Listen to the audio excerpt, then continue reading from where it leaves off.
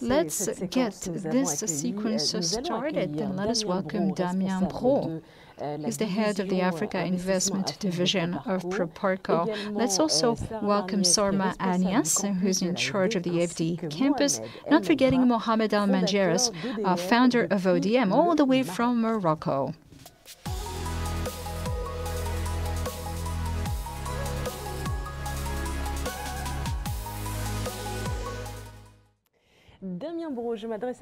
Let's start with you, Damien Brault. Choose Africa is a far-reaching initiative, as we said in the beginning of the show. We talked about it with Gregory Clement. Proparco may provide investment solutions that are suitable for all types of stakeholders, including startup companies or major SMEs, irrespective of their area of business. Did I get that right? Hello, Ellen. Hello, Vincent. You're absolutely right. There are two rather simple principles when it comes to Choose Africa. Number one, via Choose Africa, we support all companies every step of the way in terms of their development process. SMEs, startup companies, well-established businesses. And principle number two, the work that we do depends on the ticket. In terms of investment, the amounts range between tens of thousands of euros and tens of millions of euros. Wow. Okay. So we can call this a financing continuum. Can you tell us a little bit more? Tell us what this is all about? Yes, absolutely. I think you should be able to see on the screen what this continuum looks like, a continuum of investment solutions. So by and large, there are four main stages of development for the company. And every step of the way, you have the right level of financing and investment. Stage number one, on the left-hand side, pre-seed. At this stage, the company has an idea. It has a concept with strong potential. And the founder, or the founders, plural, have yet to incorporate the company. And they're going to bring in an incubator. And this incubator will make available to them an entire ecosystem that will enable this company to emerge. And against this backdrop, AFD, as Sarah will discuss later, has been financing a number of incubators in Africa. So phase number two, the seed phase. Now, the company already has a product. It already has a service to sell. It already has the beginnings of a clientele. Maybe it has revenue of up to 500,000 euros or €1 million. And therefore, the company needs additional financing to grow. So it's going to bring in a seed fund. And at this stage, Proparco and AFD are going to finance what we call seed funds. Those are dedicated management teams with a lot of expertise on this front. And what we do is work through FICEA, the Investment and Business Support Fund for Africa. It's an investment vehicle that is dedicated to this type of businesses. So you said the ticket is in the order of 500,000 euros. What about the right-hand side of the graph? This is what all entrepreneurs dream of. Scaling, expanding. You're absolutely right. Now, the scaling phase. We're dealing with startup companies that already have a relevant and well-established business model. The growth profile is such that they can contemplate being profitable operationally over the short term, but this company still needs financing and investments in order to strengthen its sales team, maybe launch new products, also strengthen its support functions. As a result, the company will use Choose Africa, either bringing in Proparco directly or working through partner investment funds, and they will invest between 1 million and 7 million euros. And as you said, well, this is what entrepreneurs dream of, expanding, scaling. So the company is well established, it has achieved critical mass, it is profitable. However, it does have significant requirements in order to grow, strengthen its sales teams, increase production capacity.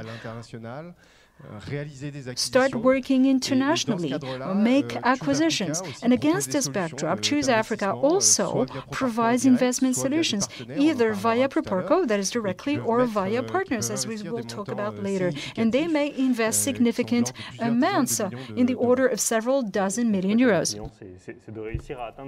So obviously it's what we wish all of your customers to reach that final stage. Now, if you could just go back to that image there about the seed stage, that is driven by Bridge by Digital Africa. Could you tell us about that? Bridge Africa, yeah. Johan spoke about it a little earlier, and this is a stopgap solution. Now, the reason for that is because we realize that there are startups out there during the health crisis that didn't have access or had minimal access to traditional investors, or at least they didn't have access in good conditions. So as a stopgap solution, Bridge Africa came in, and now these businesses have access to loans that are to be paid back over 12 to 24 months. And these are loans that come at a key time where these companies need to raise a considerable amount of funds, but they want to be able to wait for a better time to be able to get new loans. Thank you very much, Damien. So we've been speaking a lot about investment, but AFD does more than just financial assistance. We'll now talk about that with Sarah Marniès, who is head of the AFD campus. Could you please tell us a bit about this non-financial support that the AFD provides, about helping companies go from just an idea to a major company? L.A. Vincent, hello. So we call it extra financial assistance, and it's about building up skills.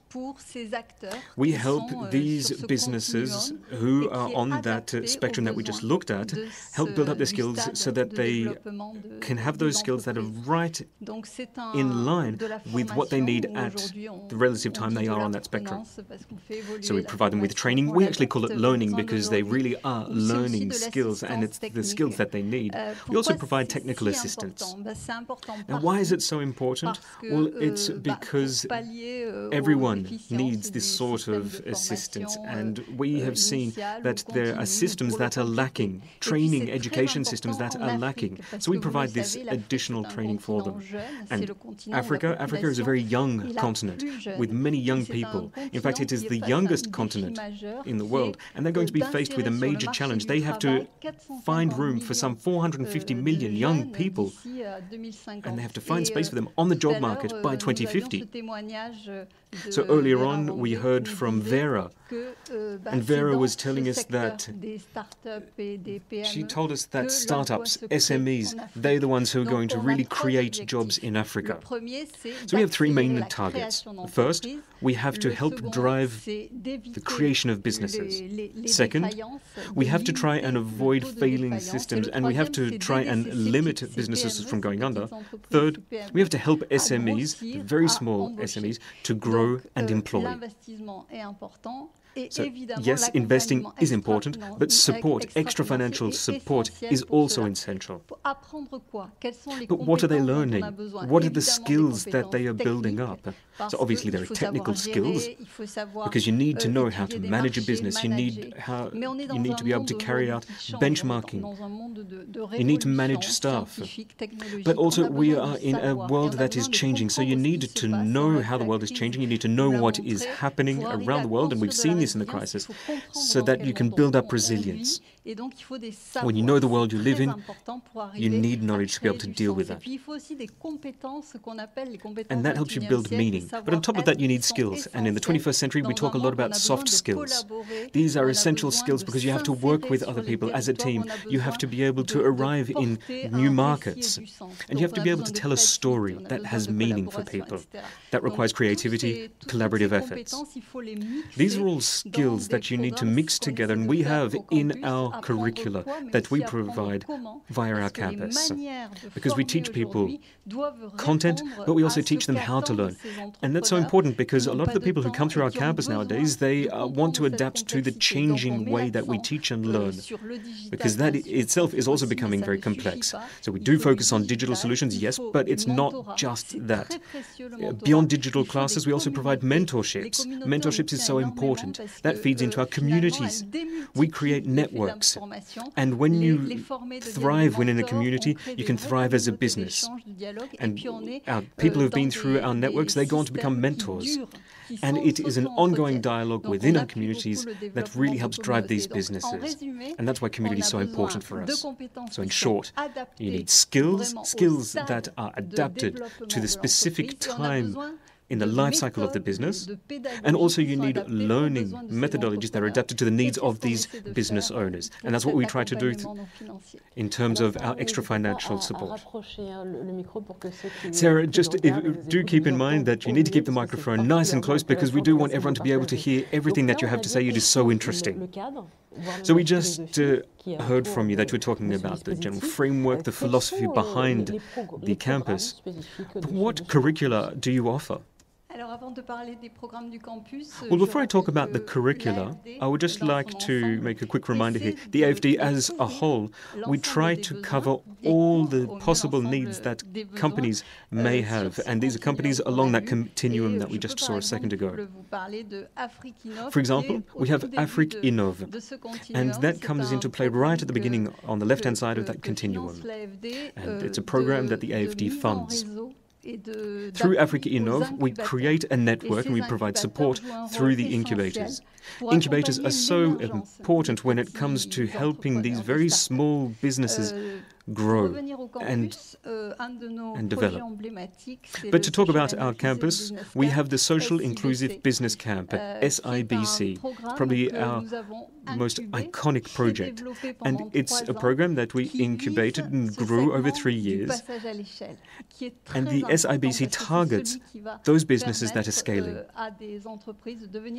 because we can help these SMEs grow and employ more people. This program nowadays has been handed over to a consortium that is governed by INP, Investor et Partenaire, which is one of our main partners in terms of business support for SMEs throughout Africa.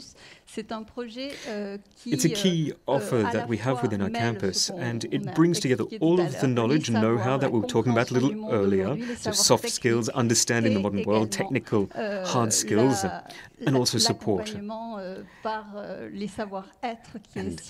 all of that is provided through this program. There are 4 main parts to this program. The first part is on leadership, because you absolutely must know how to not just manage teams, but also be a role model, be a leader, someone who understands the world in which you live, someone who can tell a story. And that is so important to be able to win over investors. This is someone who is really targeting scaling, who is seeking to bring in new money.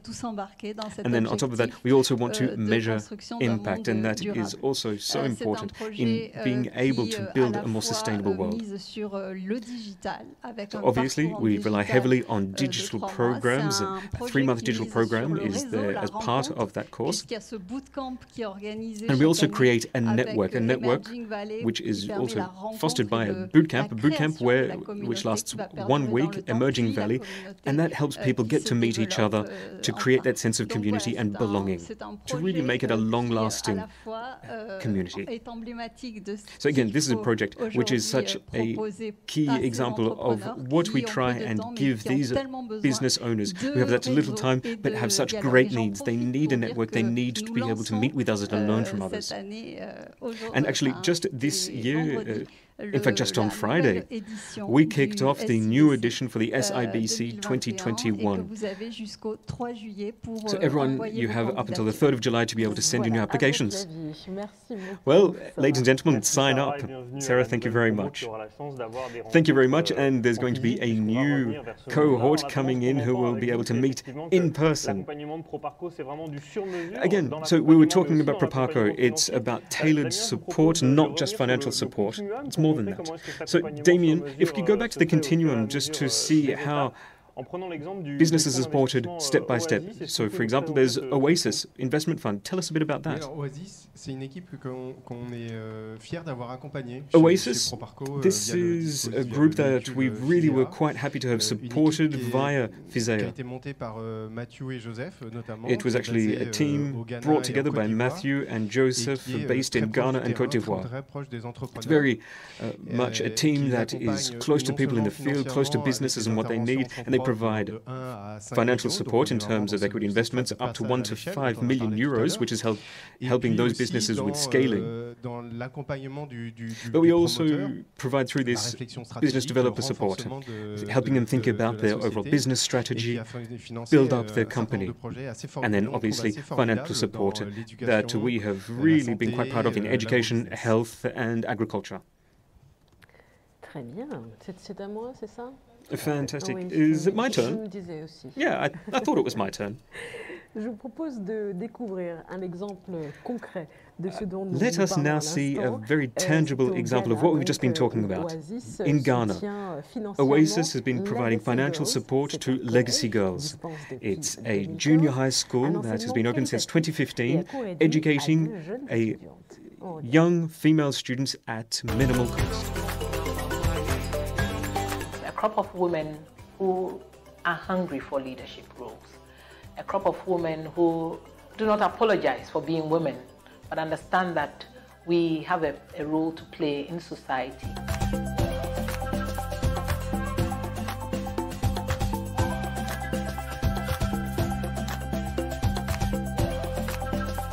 We've grown fast, so we needed to build classroom blocks, and we needed to build dormitories. We needed to ensure that we got good teachers. So it is very clear that without Oasis coming on board, we wouldn't have been anywhere near where we are now. We sold our shares and we are happy with them on board, and there is no pressure. It's very encouraging.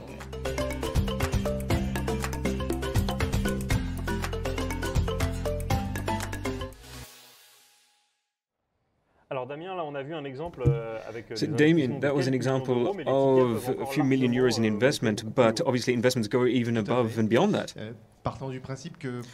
Yes. Now, obviously, based on the principle that Proparco can't act alone, we rely on our partners. And when I mean partners, I mean investment fund managers. And we, along with other institutional financiers, we have selected these partners for their expertise, their skill sets, and because they are locally implanted. And we hand over money to them, and then they manage the investments. So they invest in SMEs that are profitable, that are expanding. And again, here we're talking about millions and millions of euros. Two main objectives: to be able to overall shore up the structure and governance of these companies, and hopefully turn these businesses into a national champion, regional champion within Africa. And also, just as a quick reminder, there are also investments that Proparco carry out directly. Yes, okay, so we spoke just about our investment fund managers who are such important partners from our partner base, but also we invest directly. Again, when we go back to that continuum that we saw a little earlier, we invest either in startups who require working capital assistance, 2 to 3 million euros, or SMEs who are well established and they need 10, 20, 30 million euros. And then on top of the money that we can provide in terms of working capital, Proparco also tries to provide other support. And that's what we spoke about a second ago, extra financial support. So we have a wide sweeping network that has been slowly built over the past 40 years. And through that network, we can help put people in touch with each other and create contact. projects. And through that, we also can strengthen good governance, institutional support, and also we can help them develop their CSR policies. And that's such an important phase as these companies expand. Above all, what we really try and promote is the fact that we have time, because these people, they need time. And Proparco, we are a very patient investment company. We know investment cycles in Africa, and we're there to support these people in the long term. Again, as another key example, let's now reach out to Mohamed El Mandra. He's joining us from Morocco. There you are, you can see you on screen. So you're founder of ODM. ODM is a health platform that provides oncology and diagnostics support. It's accessible across the Moroccan territory. Tell us a bit about where you started and how you provide support, or how you were supported by Choose Africa. Thank you. So obviously everything started from a very personal experience. I had to support my mother through her illness. At the time, I noticed that there was a severe lacking in Morocco when it came to structured medical support. So there were medical services out there, but they were very much focused on parts that weren't important, and they weren't focused enough on the patient. So I came up with an idea. I wanted to come up with a medical network within Morocco that would focus on top quality healthcare, but also on a smooth health care system for patients, and an accessible, both community-based and affordable healthcare for patients. So in Morocco, there are a lot of skilled people, but unfortunately all of these skills have been far too much focused on piecemeal projects, and they haven't been pulled together. In 2014, we raised funds, thanks to which we were able to set up and kick off our network, the ODM network. First acquisition was carried out end of 2014 in December. 2018, Proparco came to the table and joined us as a shareholder. As Damien said just a second ago, they have direct and indirect investment. So Proparco came in as a shareholder, and they provided financial support, as well as we have just heard, they provided extra financial support thanks to their network. And they provided us a lot of support, especially when it came to our CSR policy. So that was vital for us. So in 2014, that's when we started. At the time, we had 45 employees. We had roughly 12 doctors within the network. And now we have 12 officers, 500 healthcare professionals. We have more than 130 doctors throughout our network. And all of that with 60,000 patients, more than 60,000 patients who have been treated by our facilities. We're currently present in 6 regions throughout Morocco, and our ultimate ambition is to be everywhere throughout Morocco, in all 12 regions. Congratulations, I wish you all the best. Thank you, Mohamed. And I think that you here in the studio, you were quite attentive to the message there about meaning, because meaning is so important here. We have a question here. So this is a question from a business owner, startup owner in Brazzaville, and who sells locally produced vegetables. And he says, how can I be supported by Choose Africa to grow my business and find investors? Thank you very much for that question. So from what I gather, you are a prime target for SIBC support. I would definitely recommend that you head to the chooseafrica.com website or join the AFD social media presence, Proparco social media, and there you'll find information about the call for applications. Do keep your eye open and sign up. Thank you very much. Actually, we have another question here. This time, it's for Damien. So this is a question from a business owner in Tunis. And he says, we often talk of investors who invest into a company's equity. But what about when they want to pull out? Merci, c'est une question très intéressante. C'est vrai qu'on parle beaucoup d'entrée. Et puis that is an interesting question. Most of the time we talk about an investor entering the shareholding structure of a company, but at some point they have to exit as well so they can reinvest in other businesses, recycle that capital. So when you're dealing with such a trajectory of growth, expansion, an investor exiting shouldn't be a problem. But then, of course, you need a discussion with the developer when you enter that structure and then throughout the investment cycle. And it's something you need to organize throughout the investment period. So how do you organize that exit? I would say that in Africa, there are three main ways of doing things. Number one, the developer will buy back the investor's shares. So whether Proparco or an investment fund, because the developer wants to regain control of its entire capital and they want to continue on their own. The second modus operandi is to talk to financial or capital markets. And stock exchanges in Africa are becoming more and more structured, and they provide natural cash or cash flow to investors. And the third possibility is something that we've tried to exemplify, the continuum. Every step of the way, in terms of investment, there's a right investor for you that can take over from the previous investor.